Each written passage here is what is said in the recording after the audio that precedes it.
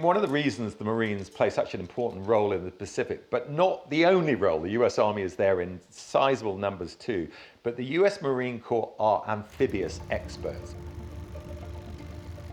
So if you're going to try and recover a lot of the islands that Japan has conquered in the Pacific and roll back the Japanese advance, so you need people with amphibious capabilities. In very simple terms, that means landing them on the beaches, then them getting off the beaches and fighting the Japanese and eventually conquering the islands.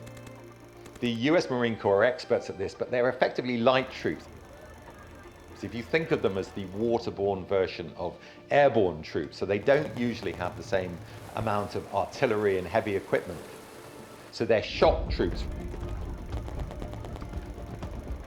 They're designed to get you a foothold on an island.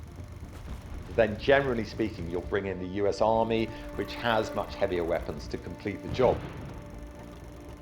What you actually see in the Pacific is that US Marine Corps are used, mainly because they're struggling for numbers, to actually recapture a lot of these islands. Guadalcanal is a good example, whereas the US Marine Corps is really there for the first 3 months of that first big campaign in the Solomon Islands, until the US Army come in latterly, by which time the US Marine Corps has effectively broken the back of the Japanese resistance. This amphibious skill and capability to land from landing ships, which is a very difficult task. You've got to get off a bigger ship onto a small landing ship, and then you've got to get off that landing ship onto a beach and storm whatever defensive positions there are there.